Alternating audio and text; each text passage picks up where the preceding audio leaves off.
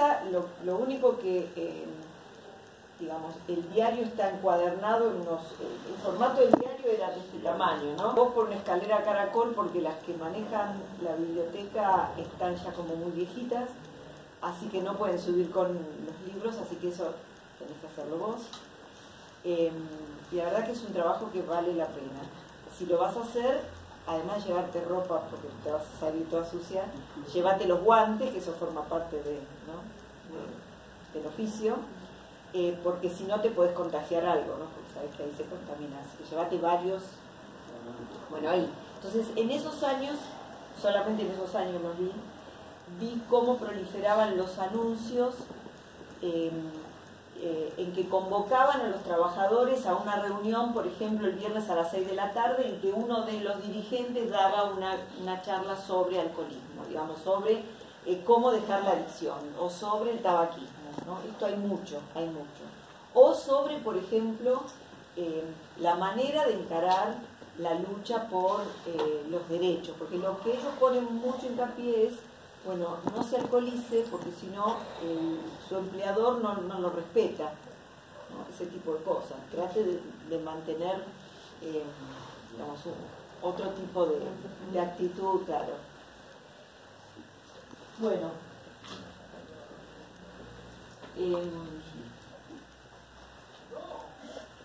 ¿solamente por el diario la propaganda o...? Y y en las reuniones mismas, y después tratando de sindicato también había sindicatos socialistas, sí. ¿Tenía una imprenta dirigida para...? Sí, y todo era con mucho esfuerzo, digamos, poniendo dinero ellos. Sí.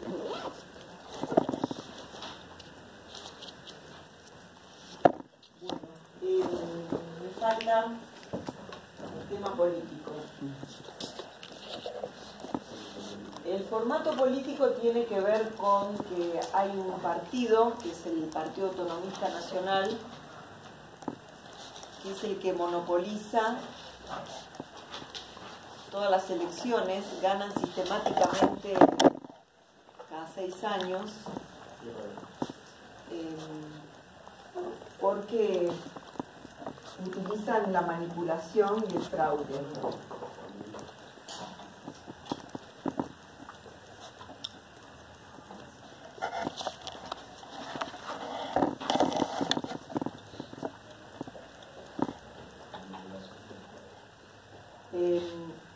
Cuando me refiero a la manipulación y al fraude y a ganar las elecciones cada 6 años, me refiero a las elecciones para el Poder Ejecutivo. En el plano del Poder Legislativo también tenían mayoría, pero como para salvar las apariencias, por ejemplo en 1904 hicieron una reforma electoral que permitió que un diputado socialista entrara en el Parlamento, que fue Alfredo Palacios. Entonces, ¿Alfredo Palacios va a los votos? No, fue el candidato que el partido eligió por la jurisdicción del barrio de La Boca, era por el barrio de La Boca y aplicado solamente a lo que era la capital federal. Digamos, esa reforma electoral no se llevó a cabo en todo el país, sino en la ciudad de Buenos Aires. Y en la ciudad de Buenos Aires, digamos, en esa jurisdicción, en ese barrio, ganó Alfredo Palacio, ¿no? En La Boca. Bueno, entonces, como les digo, si en 1904 llevan a cabo una reforma electoral y logran los socialistas un diputado, quiere decir que el tema de la reforma electoral se imponía. Esa en 1904. ¿Qué estoy queriendo decir con esto? Que la manipulación electoral era cosa corriente porque no existía una ley que reglamentara el voto. Entonces, ¿cómo eran las elecciones? A partir de 1880 hasta 1912. Las elecciones eran así. Se votaba en las parroquias. Votaban solamente los varones y votaban aquellos que se enteraban que había elecciones y que tenían voluntad de votar. Si tenían esa voluntad, se inscribían en el padrón y el día de las elecciones se presentaban en la parroquia de su jurisdicción, con lo cual se imaginan que la participación era, digamos, bastante limitada. Por lo general, muchos de los que se presentaban, por eso se habla de manipulación, ya estaban arreglados con el partido gobernante, pero si había alguien que estaba a favor de otra agrupación política y se presentaba en la parroquia, el voto era cantado y levantando su sombrero mencionaba el nombre de otro candidato que no era el oficial, el que anotaba le cambiaba el nombre. Entonces, si el votante se ponía un poco pesado porque quería ver si realmente habían anotado al candidato que él había gritado cuando se levantó el sombrero, ahí ya, digamos, la cosa se ponía más densa, lo sacaban a las patadas. Esto es literal, ¿eh? Si nosotros vemos una fotografía de cómo era un comicio, una mesa electoral en una parroquia antes de la reforma de 1912, uno ve que eran varias personas sentadas, que era como es ahora, y alrededor, en vez de haber fiscales, como hay ahora, que controlan, había matones. Esto es así. Entonces, el que llegaba a votar, si decía un nombre que no le convenía al oficialismo, le decían, sí, bueno, está todo bien, anotaban otro, y si el votante se ponía un poco insistente, a las patadas, a las piñas, había tiros el día de las elecciones. Esto era así. No, este es el tiempo, digamos, de fines del siglo XIX. Si vos te referís a la década infame, esto es esa década infame es la década del 30, donde estas prácticas se multiplicaron. Después lo vamos a ver. Además de 60, que era opositor, había otros. Sí, ahora vamos a hablar, justamente. Lo estoy dejando para el final porque va a surgir la Unión Cívica Radical como una alternativa política, justamente que tiene como su caballito de batalla es el tema electoral. Acá el tema contra la élite es lo que la élite llamaba la cuestión social. Esto es la cuestión social.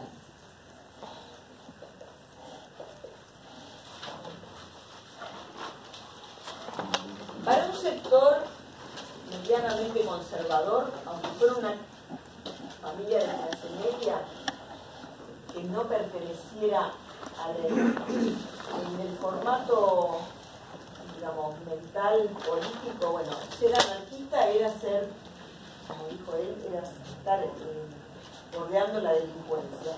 Ser socialista era terrible, ser de izquierda era una cosa casi pecaminosa, digamos, ¿no?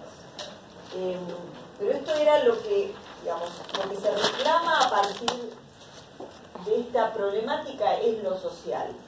Ahora acá va a haber otra cuestión. Esta manipulación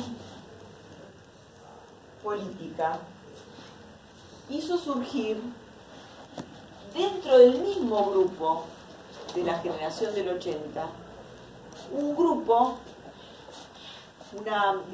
una minoría que recusa a la élite dirigente. Entonces, en 1890, cuando ya era presidente, quien lo sucedió a Roca, porque Roca fue de 1880 a 1886. Vamos a poner acá quién lo sucedió, porque si no, no se va a entender. A ver, para que se den una idea cómo se manejaba esto. Roca terminaba su presidencia en el 86 y la Constitución decía que no podía ser reelecto. Entonces, lo que hace es hacer un arreglo espurio con su concuñado, Miguel Juárez Selman, se pone toda la maquinaria estatal al servicio de la candidatura oficial y gana las elecciones el concuñado de Roca, que era Miguel Juárez Celman, acompañado la fórmula por Carlos Pellegrini.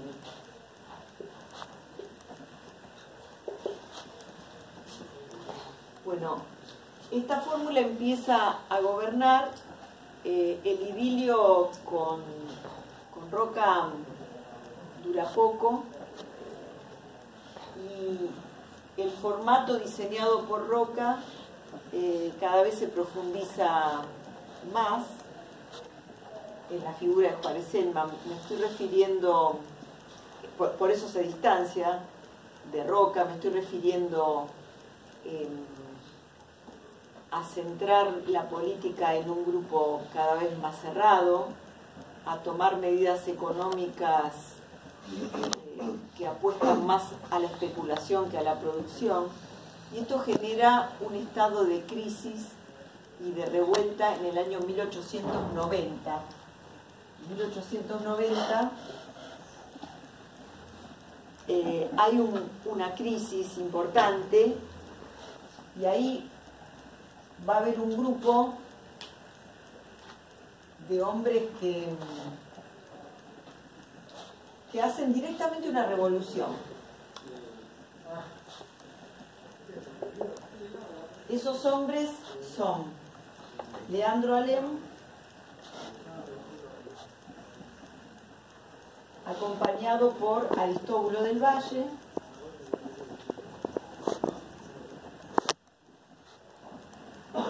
y apoyados desde afuera por Bartolomé Mitre. A ver, Mitre no forma parte del grupo revolucionario, pero ve con buenos ojos este movimiento. La revolución, ¿por qué se hace? Se hace pidiéndole al poder de turno, por ejemplo, una ley que garantice la voluntad del sufragante. Ahora, obviamente estos hombres que hacen la revolución, porque si yo estoy hablando de revolución es que hay tiros, hay gente, hay violencia, querían llegar al poder. La revolución es sofocada. Digamos, la élite que gobierna logra vencerlos. Las escaramuzas que se producen, para que se den una idea, se producen en lo que hoy es Plaza Lavalle. ¿Vieron dónde está de un lado el Colón, del otro lado los tribunales? Plaza Lavalle. Ese es el lugar donde se enfrentan y los revolucionarios son vencidos. Pero la revolución lo que hizo fue deteriorar la figura del presidente. Y entonces el presidente Juárez Celman renuncia y queda a cargo del Poder Ejecutivo Pellegrini, que es el que sigue teniendo buenos vínculos y relaciones con Roca. Ahora, ¿qué es lo que tenemos que rescatar de esto?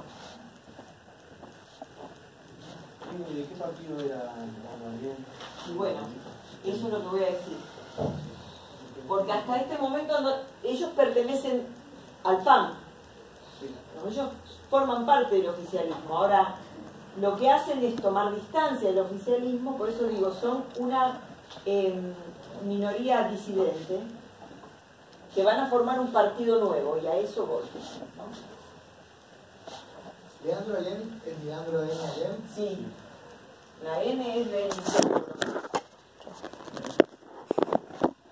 Entonces, en 1892, en 1800, vamos a repetir acá.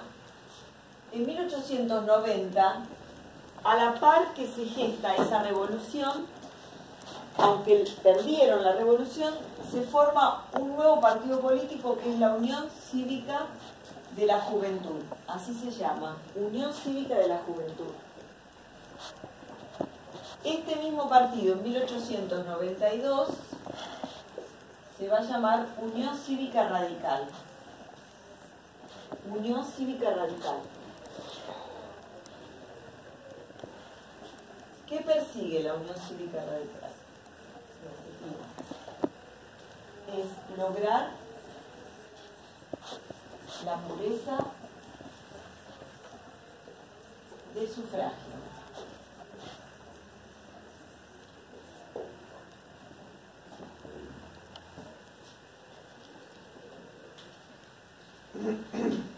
Muy bien. ¿Cómo lo van a manifestar?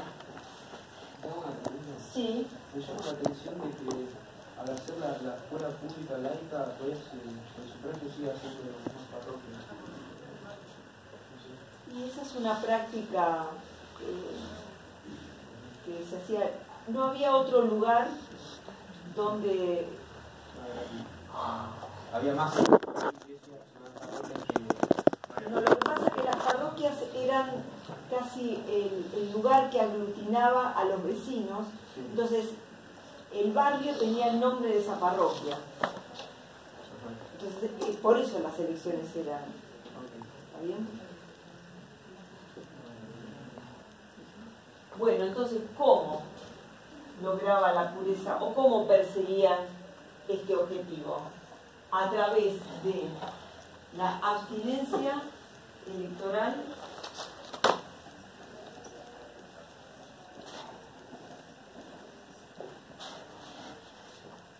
y la conspiración.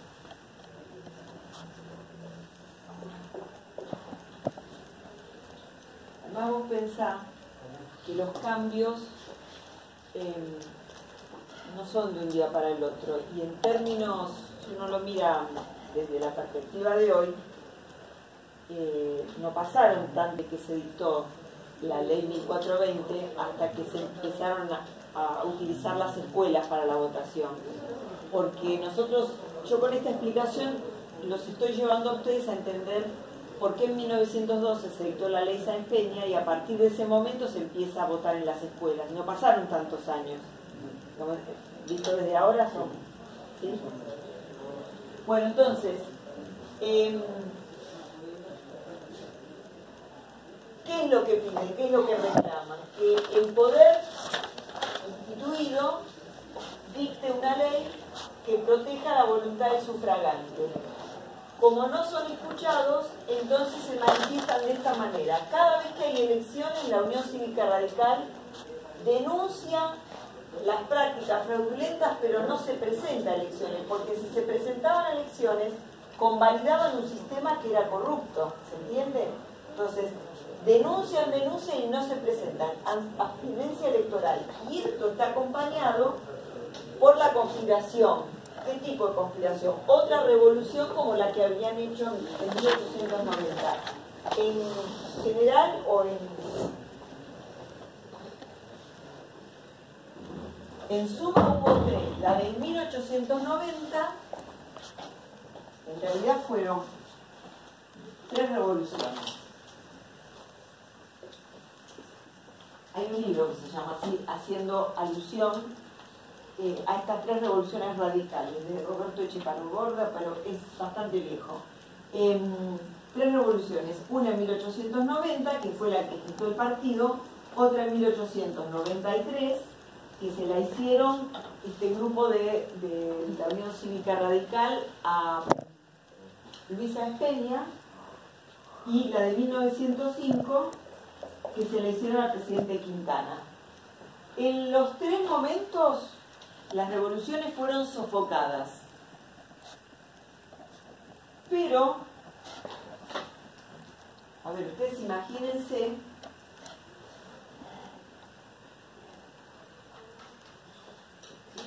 lo que significaba para el poder tener otro partido político que en vez de jugar el juego electoral, en vez de ir a las elecciones, digamos, denuncia y conspira. Digamos, la Unión Cívica Radical lo que está haciendo es no jugar el juego político por ser corrupto. Entonces, se dan cuenta que esto lo tienen que resolver de alguna manera. Muy bien. Entonces, lo que van a hacer es lo siguiente. Sigo acá.